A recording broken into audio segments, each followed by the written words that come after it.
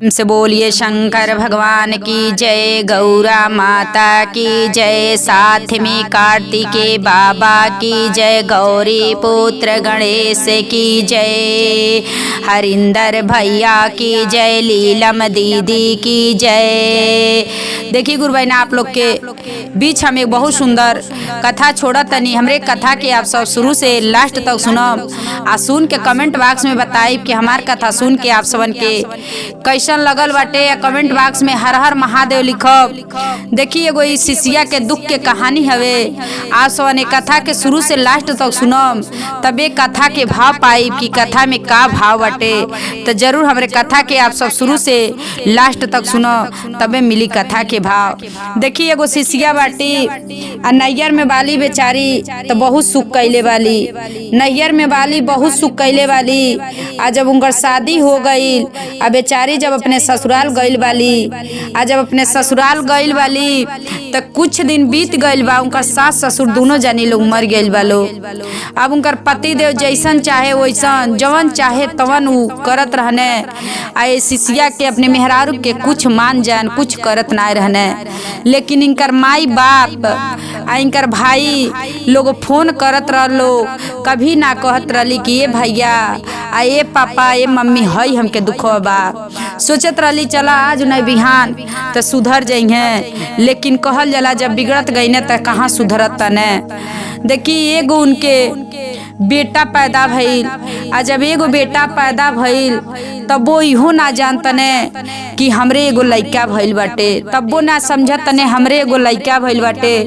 तब वो शिष्या के बेचारी के कहीं से आवे तो जरूर एक बात अगर मुँहे से कुछ कह दे तो तुरंत उनके लगे मारे। आ जब एगो लइका हो गइल बाटे अब बेचारी सोचत अली कि कैसे हमार दिन पार होई। आ लइका दिन पे दिन सियान होता ने तो कैसे इनका रोजी इनके कैसे खियाई आ कैसे पढ़ाई कैसे लिखाई। बेचारी के हाथ पे कुछ ना देत रहने। जवन चाहत रहल तवन बेचारी अपन फटा साड़ी पहन के वही घर में अपन गुजर करत रहली। लेकिन एक दिन उनके मन में आइल कि लइका धीरे धीरे सियान हो गई ने। आ जब देखत ने कि हाँ हमार पापा कुछ मानत ना बने मम्मी के आ कुछ जानत ना बने, तो एक दिन लइका कहने का कि मम्मी आ चलो मामा यहाँ चले के, चलो मामा यहाँ चले के। लेकिन जात रहली नैहरे, लेकिन अपने माई दादा से कुछ ना है। लइका तो देख ले रहना कि हमारे ममारे में कितना सुख बाटे। लइका कहने कि मम्मी आ पापा के छोड़ के आ चल के मामा के घरे, चले के नाना के घरे। कहली बेटा तो सही कहतल, आ चला वही जा रहल जाई, आ वही जा तू पढ़ लिख लिया, वही जा तू कोनो लायक तो के बना देव अपन आगे के रास्ता भविष्य के बारे में आगे सोची है तू का करी। जब बाप तुहार हे लायक बाने, माई दादा तो हमार निक के देख के शादी विवाह कैने, लेकिन अपने किस्मत के ना जानी कि हमार किस्मत ऐसी होई।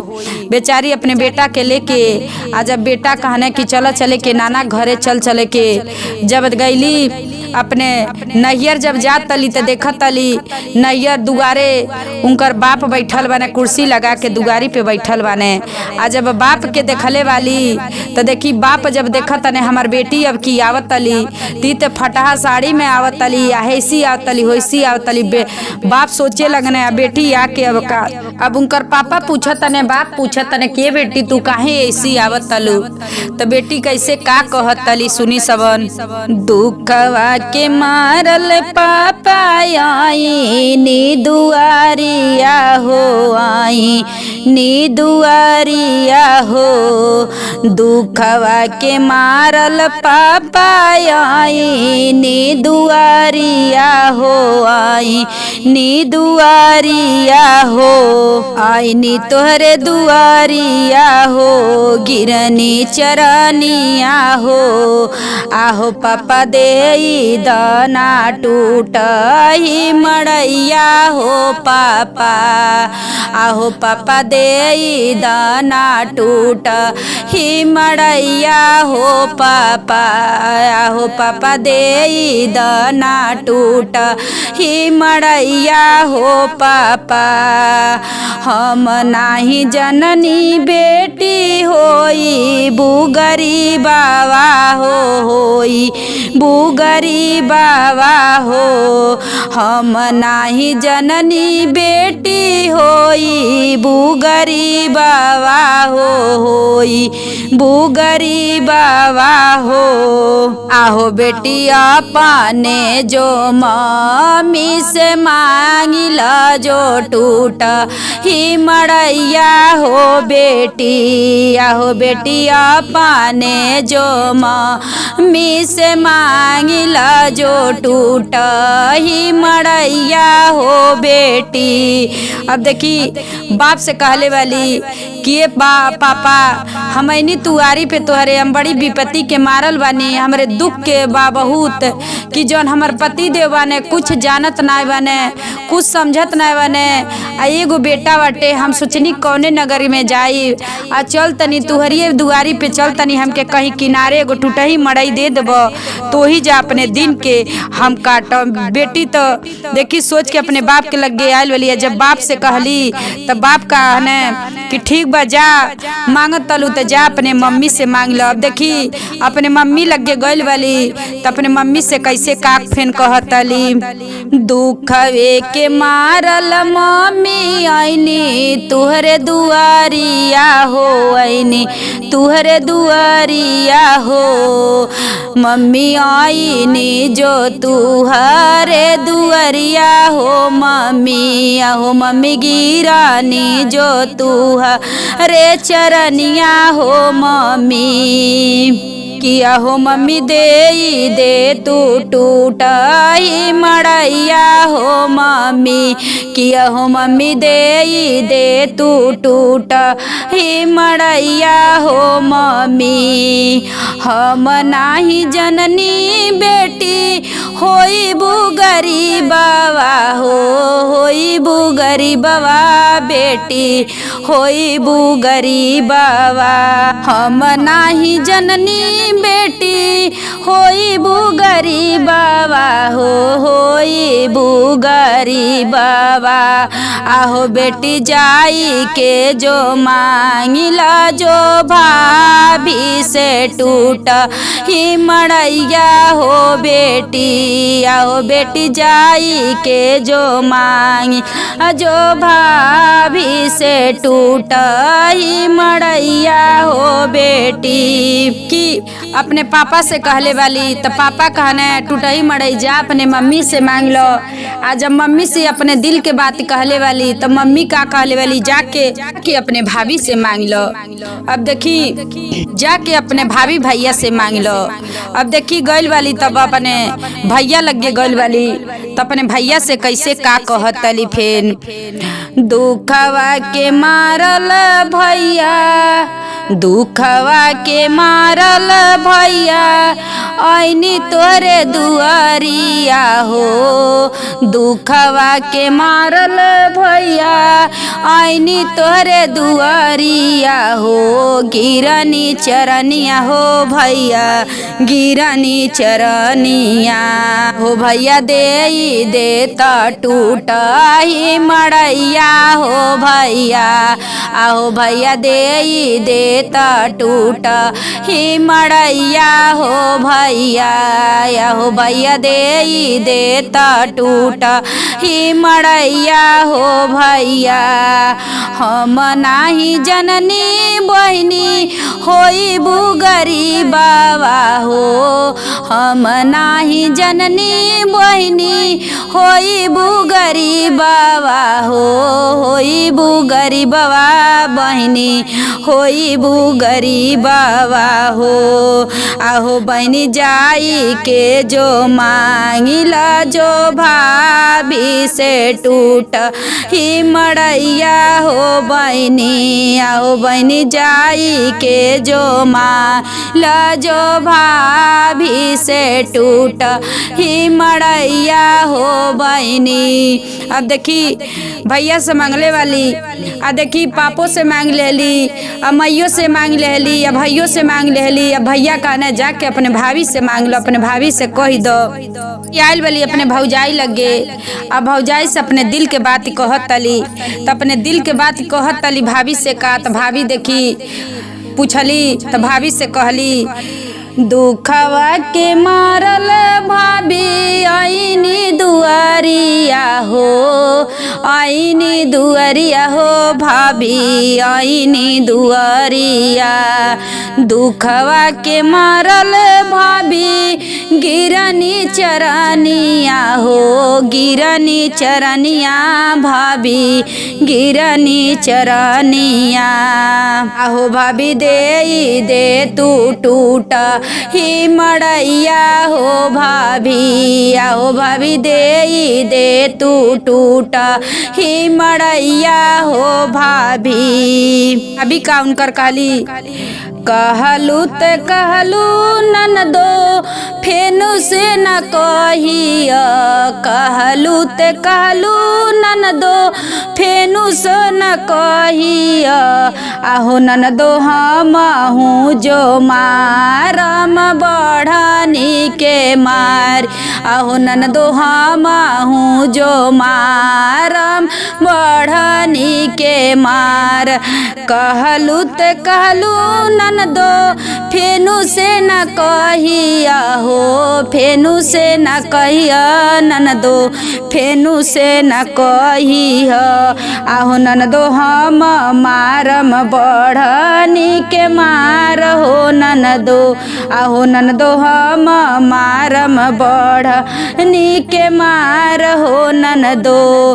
अब बेचारी जब भौजाई इतना बात कह देले वाली, अब बेचारी वजह से लइका को लेली, आ लइका के लेके अपन फेन घर के रास्ता देख लेली। अब कहतली जब आईनी तो बाप से मांगनी, तो बाप कहने महतारी से मांग, महतारियों से मांग लेनी, भाई से मांग लेनी, भौजाई से मांगनी तो भौजाई कहतली भाग जा।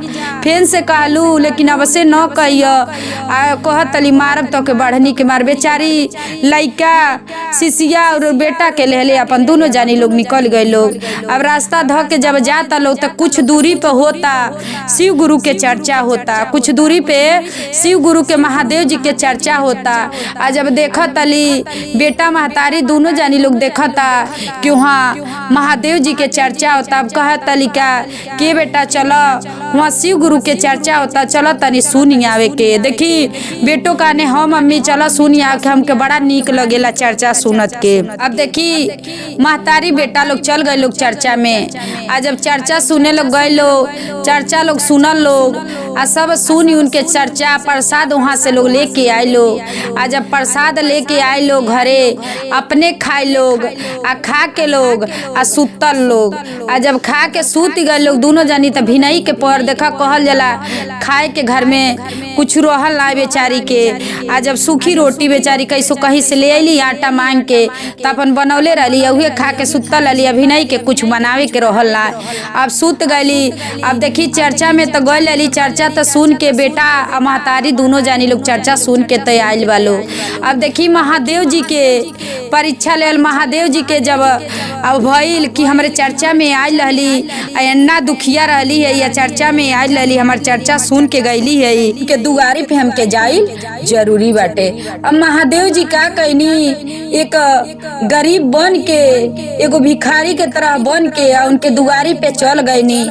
आ जब दुआरी पे चल गईनी तो कहतनी अब शिष्या बैठल वाली बाहरे बैठल वाली, बाहरे बैठल वाली तौले देखत तने महादेव जी देखत तने कि चलो ऐनी थाई दुआरिया बैठल वाली। कहत तने महादेव जी कि हमके तनी एगो सूखी रोटी हमके कुछ खिया दे तू, हमरे बड़ा तेज भूख लगल बा। कहली कि हमरे लगवा ये बाबा कुछ नहीं बाटे, रात ते रहल हम सूखा रोटी खा के सुतनी आ कुछ बना हम लगवा त हम का दी तो के खाए के हमरे कुछ नहीं बाटे। तो ले लइकवा घरवा में से सुनल आ जब लइकवा सुनने त लइकवा आवत न कहत ने मम्मी जो रतिया के रोटिया बचल बा एगो उहे दे द, उहे बाबा खा लिए ना तो पेटवा भर जाए तो बाबा चल जाए नाई बा कुछ तो कहाँ से का देबू उहे दे द। कि अब लइका का कैला से ले आके अपने महतारी से पूछने आ ले आके वही पे नीमक छीट के आ दे देहने खाए के। उ तो महादेव जी आयल ने लोगन के परीक्षा लेवे आ जब दे देहने महादेव जी उ एक गरीब बन के आयल में आ गरीब रोटी ले लेहने आ रोटी ले लेहने आ जब रोटी लोग दे देहल तक फेन कहने हमके पानी ले आव पिए के। फेन कहने लइकवा से हमके जब रोटिया देहल खाए के तो पानियो दे द पिए के, ना तो हमके रोटिया सूखी रोटी बाटे कहीं अटक उटक जाए बूढ़ बानी ने। लइकवा गईने कहने अपने कहने लइकवा नलकवा ना चला पाइए आ कहने उनके माई के तू जा घरवा में, तू जा देख घरवा में कुछ होते जैबू तनी पनिया तू ही निक के साफ के धो के ले आइयो। कहले पे देखी महादेव जी रहने कहले पे दोनों जानी लोग माई बेटा लोग घर में लोग आए लोग आ जब घर में लोग आवता तो घर में जैसे ढुकता लोग पूरा तो देखता लोग अनाज सब भरल बाटे, देखता लोग सुंदर सुंदर कपड़ा भरल बाटे, सब कुछ घर में भरल बाटे, कुछ के कमी ना आई बा। अब देखी दोनों जानी लोग जैसे लोग घरवा में से जैसे लोग गेटवा जैसे पार लोग करता दुआरिया पे लोग जाता तैसे उ तो महादेव जी रानी उ तो गायब हो गईनी। जब उ गायब हो गइल बानी अब लइकवा कहता ये मम्मी जानता लू गइलनी के चर्चवा सुने तू ही लिया के गइललू ने तो लगता ने भोले जी ने आ महादेव जी आइलनी ने उहे आइलनी हमन के दुआरिया पे ले कहतली उनकर माई लइका कहतली ये बेटा सही कहतल कि सही लगता महादेव जी उरहनी आइलनी हम गइलनी चर्चा सुने तो लगता वहाँ के हमार गरीब देखी ना गइल तो उहे आइलनी है। कि अब धीरे धीरे उ लगली अब पूजा पाठ करे लगली भोलेनाथ के महादेव जी के उ पूजा करे लगली, रोज मंदिर में जाए लगली, चर्चा सुने लगली। अब उनकर कहल जला इतना रज गज हो गइल बा, दुतल्ला मकान हो गइल बा, हर चीज उनके दुआरी हो गइल बा, उनकर पति देव भी सुधर गइल बा ने, सब कुछ के अब कमी ना आई बा। अब यहाँ नैयर में भौजाई इनकर मार के खेदले रहली आ जब भौजाई इनकर बढ़नी के मार मार के खेदले रहली अब गईली कहतली चलती अब बहिनी के हम ऐसे ऐसे कहनी कहीं बहनी बूढ़ी धस के मोर नान गइल बानी काहे सोचे लगली कि लगत बहनी के खेदले बानी आ बूढ़ी धस के मोर गइल बानी तो वही से हमन के इतना गरीब बनत जातनी के। कहने भाई कहने का कि आज जब हमार बहिन आई लली तो टूटही मड़ई मंगली तो रहे के तू जगह ही नहीं कहीं देलू आ जब खेद देलू तो कौन मुंह लेके अपने बहिन के दुआरे पे जाई, कौन मुंह लेके हम खोज खबर करे जाई। तली चली हम चलत तनी सथवा ने अब इतना कहले पे गईली अपने ननद के दुआरे पे अपन भाई भौजाई दोनों जानी लोग गईलो आ कुछ दूरी पे लोग देखता अब तो हमारे बहिन के दुतल्ला मकान बा, हर रज गज हर चीज भरल बाटे। अब वही जा लोग बाहरे खड़ा हो गए लोग, बाहरे लोग लाजन खड़ा हो गए लोग कि हमार बहिन अली दुआरी पे तो उनके हम खेद देहनी, हमार ननद अली दुआरी पे तो हम खेद देहनी तो कैसे घर में लात डारी। देखी अब दोनों जानी मर्द मेहरा इनकर भाई भौजाई दोनों जानी लोग सोचता लोग मनी में तो बहिन निकलत तली घर में से तो देखत तली हमार भाई भौजाई आयल बा लोग तुरंत गोड़ धरत तली या गोड़ धर के कहत तली अपने भाई के कैसे का कहत तली आवहो भैया आव महलिया हो आव महलिया हो याव जो हम री महलिया हो भैया आव जो हम री महलिया हो भैया आहो भैया बैठ जो तुहाई जो लाली पलंगिया आहो भैया तू आऊ जो बैठ जो लाली पलंगिया आओ भैया बैठ जो तुहा के जो पानिया पियाई न भैया ए बहनी आ कैसे बैठी आ कैसे तोरे घर के पानी पी जब हमारे दुआरी पे तू गईलू तो हम तो के कुछ ना देहनी आ तू हमके इतना प्रेम से कहतलू कि पलंग पे बैठा आवा महल में घुसा पलंग पे बैठा हम तो के पानी पिए के ले आवत तनी। भौजाई के कहले वाली बैठे के तो भौजाई का कहतली तूह के जो कहानी ननदो मारम मरिया हो बढ़नी के मरिया ननदो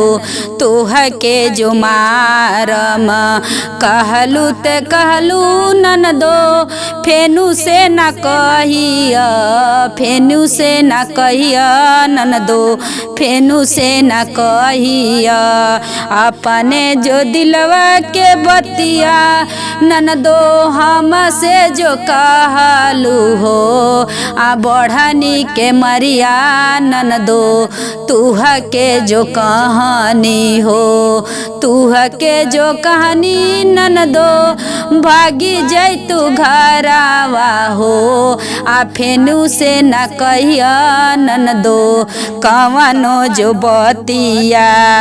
ननद का कहली अपने भैया भाभी से कहली ए भैया आए भाभी जौन हो गइल छोड़ द जाए दो हम कुछ ना कहत तनी तू अपने दुआरी से खेदलू बढ़नी के मारे के कहलू खेदलू तबे हम आवत रहनी तरहिया में शिव गुरु के चर्चा होत रहल वही जा चर्चा में गईनी आ चर्चा सुन के अनी तो महादेव जी हमरे घरे आईनी परीक्षा लेवे तो हमरे लगे कुछ ना जुड़ल हमें लगे सूखी रोटी रहल उहे हमार बेटा दीवौनी आ उहे दीवौने आ उहे हमके सब है महादेव जी हमके रज गज है सब कुछ भरले बानी सब महादेव जी के दया हवे तो सब हमके महादेव जी देहले बानी और केहू ना लेकिन आपे तू ही खेदलू तो हमके सब ही महादेव जी देने छोड़ द जाए द तू है कहली ये ननद रौरे गोड़े बहनी रौरे गोड़े गिरतनी रौरे से माफी मांगतनी कहली हमसे न माफी मांग तू आ जा महादेव जी से तू माफी मांग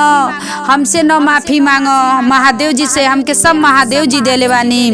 का कहतली ननद महादेव जी से कि जैसे हमार ससुरा बनौले बानी वैसे हमार नैयर बना दी जैसे हमार ससुरा भरनी वैसे हमार नैयर भर दी न नैयर में न ससुरा में कोनो दुख न होखे खैले के कमी न होखे हर रजगज भर दी आ जितना सब शिष्यन के दुख के आप भर ली आ सब शिष्यन के दुख आप भर ली आ सब शिष्यन के रजगज दे दी। देखी महादेव जी से साले वाली शिष्या इसे हाँ नैयर बनाई ससुरा बनाई सब केहू के घर दुआर बनाई। हर हर महादेव।